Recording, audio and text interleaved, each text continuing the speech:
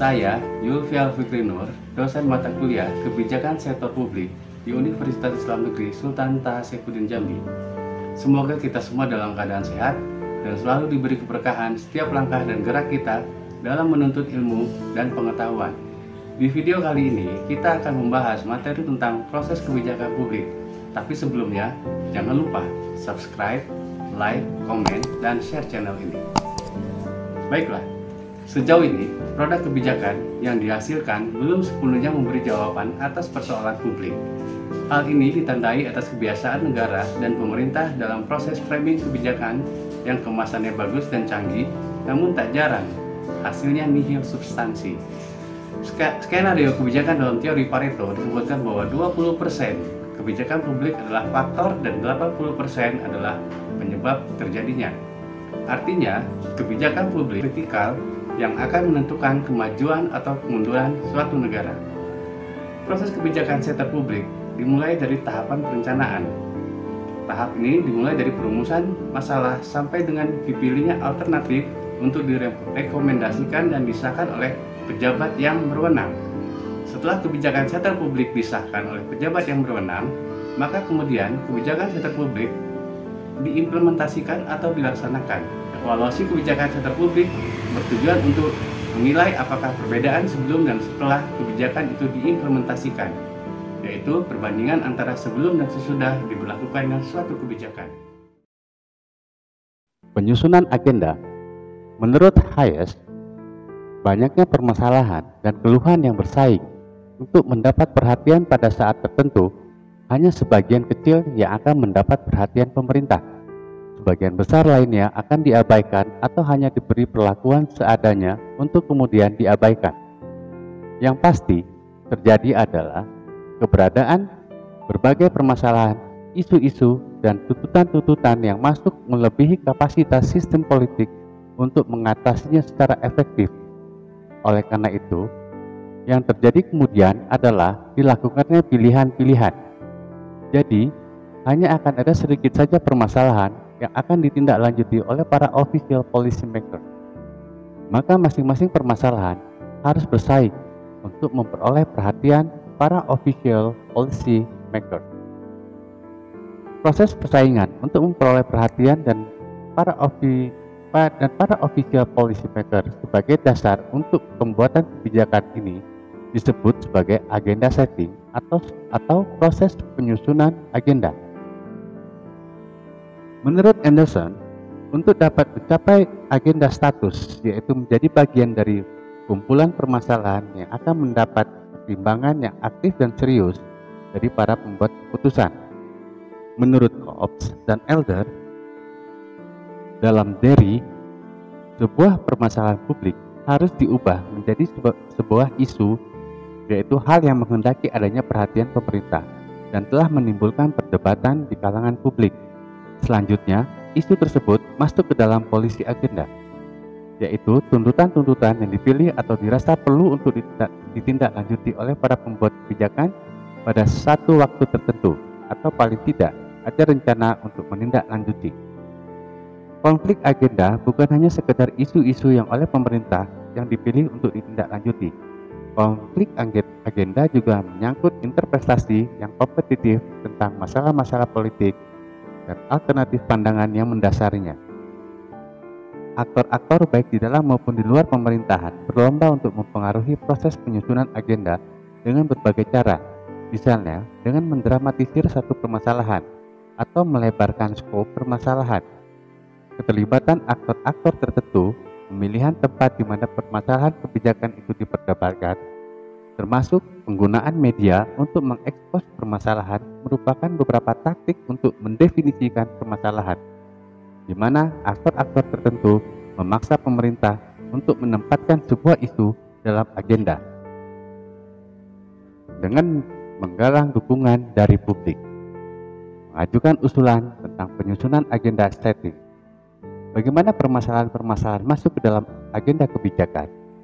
Pertama, aksi kolektif dari kelompok-kelompok kepentingan, gerakan sosial, protes, lobi-lobi, dan seterusnya yang berkaitan dengan permasalahan tertentu yang kemudian meminta perhatian pemerintah untuk menanganinya.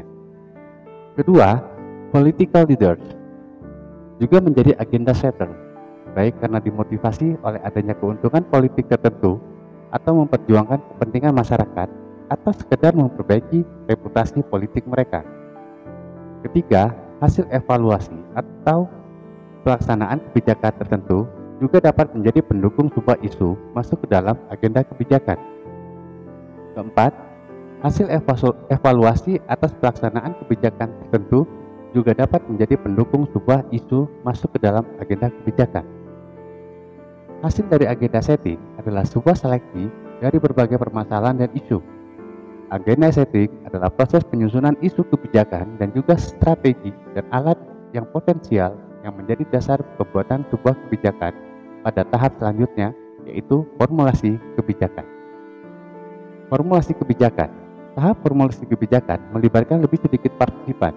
Dalam banyak kasus, proses formulasi kebijakan ini dipandang sebagai backroom function karena dilaksanakan di lembaga-lembaga seperti birokrasi, parlemen, atau lembaga think tank yang berisi para ahli-ahli di bidang yang terkait. Oleh karena itu, tahap formulasi kebijakan seringkali disebut sebagai the realm of expert. Menurut dia, formulasi kebijakan adalah tahap di mana para pembuat kebijakan melihat ke belakang dan mempertimbangkan berbagai event beserta penyebabnya dan melihat ke depan dengan pertimbangan solusi yang mungkin untuk mengatasi persoalan-persoalan tersebut. Setelah itu, melakukan penelitian, menerjemahkan temuan, mereview, dan mendiskusikan alternatif-alternatif. Menentukan yang mungkin seringkali dengan memperkirakan berbagai dukungan dan menguji kemungkinan keberhasilan. Merevisi proposal, membuat keputusan final, dan menguji lagi pilihan tersebut. Proses formulasi kebijakan dapat berlangsung secara sistematis dengan alur proses yang jelas atau dapat saja terjadi secara random. Time frame proses formulasi dapat berlangsung harian atau bahkan tahunan. Formulasi kebijakan merupakan fase penting dalam proses kebijakan karena merancang berbagai alternatif solusi atas sebuah permasalahan yang akan dilakukan oleh para pembuat kebijakan, melibatkan pilihan-pilihan dan juga alokasi kekuasaan atas berbagai kepentingan sosial, politik, ekonomi yang pada tahap berikutnya adalah implementasi kebijakan. Implementasi kebijakan terbagi dalam 3 pendekatan. Model top-down yang menekankan kemampuan mengambil keputusan untuk menghasilkan tujuan-tujuan kebijakan yang jelas dan kontrol atas tahapan implementasi. Model bottom-up yang memandang bahwa birokrat merupakan aktor utama dalam proses implementasi kebijakan, merupakan proses negosiasi dan jaringan para pelaksana. Teori sintesis berupaya untuk mengangkat elemen pendekatan top-down dan bottom-up dengan model teoretikal yang lain. Teori top-down berawal dari asumsi bahwa implementasi kebijakan mulai dengan sebuah keputusan yang dibuat oleh pemerintah pusat. Riset-riset dengan pendekatan top-down didasarkan pada black box model dari proses kebijakan yang diinspirasi oleh analisis sistem. Teori top-down diasumsikan bahwa terdapat hubungan langsung antara kebijakan dan outcome dan menegasikan pengaruh para pelaksana kebijakan. Pendekatan top-down sebagai sebuah governing elite fenomen. Contohnya adalah pembuatan kebijakan-kebijakan oleh pusat. Bottom-up theory yaitu muncul sebagai reaksi terhadap kelemahan top-down. Studi menunjukkan bahwa outcome politik tidak selalu berhubungan langsung dengan tujuan-tujuan kebijakan yang sudah ditetapkan sebelumnya, dan karenanya hubungan kausal tersebut dipertanyakan. Para ahli menyarankan studi yang menganalisis tentang apa yang terjadi di level penerima dan faktor-faktor penyebab yang mempengaruhi tindakan atau perilaku di lapangan. Studi atau riset bermula dari bottom dengan mengidentifikasi network of actors yang terlibat dalam proses implementasi. Para pendukung bottom up menolak anggapan bahwa kebijakan ditentukan pada level pusat dan para pelaksana betul-betul melaksanakannya sesuai dengan apa yang telah dibuat pusat. Sebaliknya, keberadaan diskresi pada tahap pelaksanaan merupakan keuntungan bagi para pelaksana yang lebih memahami persoalan di lapangan ketimbang aparat pusat. Contohnya adalah para guru, pekerja sosial, dokter, dan lain-lain. Teori sintesis. Model teori sintesis ini memadukan kedua model sebelumnya dengan tekanan utama yang bisa beragam, mulai pada jaringan interaksi antar pelaksana sampai pada pendekatan sosiologis dan lain-lain. Teori sintesis pada hakikatnya ingin menegaskan bahwa tidak ada model perspektif yang bisa diterapkan dalam sebuah masalah implementasi. Tiap kategori kebijakan memiliki kekhasan sendiri, sehingga pendekatannya pun harus disesuaikan dengan kondisi tersebut. Selanjutnya adalah evaluasi kebijakan. Puncak dari proses kebijakan adalah proses evaluasi yang dapat berujung pada penanganan, peralihan, atau pembatasan suatu kebijakan. Evaluasi kebijakan juga dapat mencakup aspek evaluasi atas permasalahan-permasalahan yang prosedural, seperti bagaimana tahap formulasi kebijakan itu dilaksanakan, siapa yang diajak untuk berkonsultasi, dan juga bagaimana dan oleh siapa proses implementasi kebijakan dilaksanakan. Fungsi evaluasi kebijakan adalah 1. Memberi info yang valid dan dapat dipercaya mengenai kinerja kebijakan, yaitu seberapa jauh kebutuhan, nilai, dan kesempatan telah dapat dicapai melalui tindakan publik. Dalam hal ini, evaluasi mengungkapkan seberapa jauh tujuan-tujuan tertentu, misalnya pemberantasan penyakit masyarakat dan target tertentu.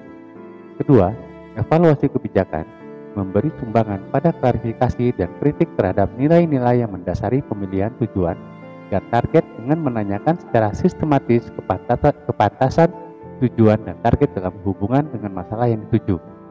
3. Informasi tentang tidak memadainya kinerja kebijakan dapat memberi sumbangan pada perumusan ulang masalah kebijakan. Sebagai contoh, dengan menunjukkan bahwa tujuan dan target perlu didefinisikan ulang. Evaluasi dapat pula menyumbang pada definisi alternatif kebijakan yang baru atau revisi kebijakan dengan menunjukkan bahwa alternatif kebijakan yang diunggulkan sebelumnya perlu dihapus dan diganti dengan yang lain. Demikianlah materi perkuliahan kita hari ini. Jika ada yang ingin dipertanyakan, silahkan isi kolom komentar di bawah ini. Jangan lupa subscribe, like, komen, dan share channel ini. Sekian, Assalamualaikum warahmatullahi wabarakatuh.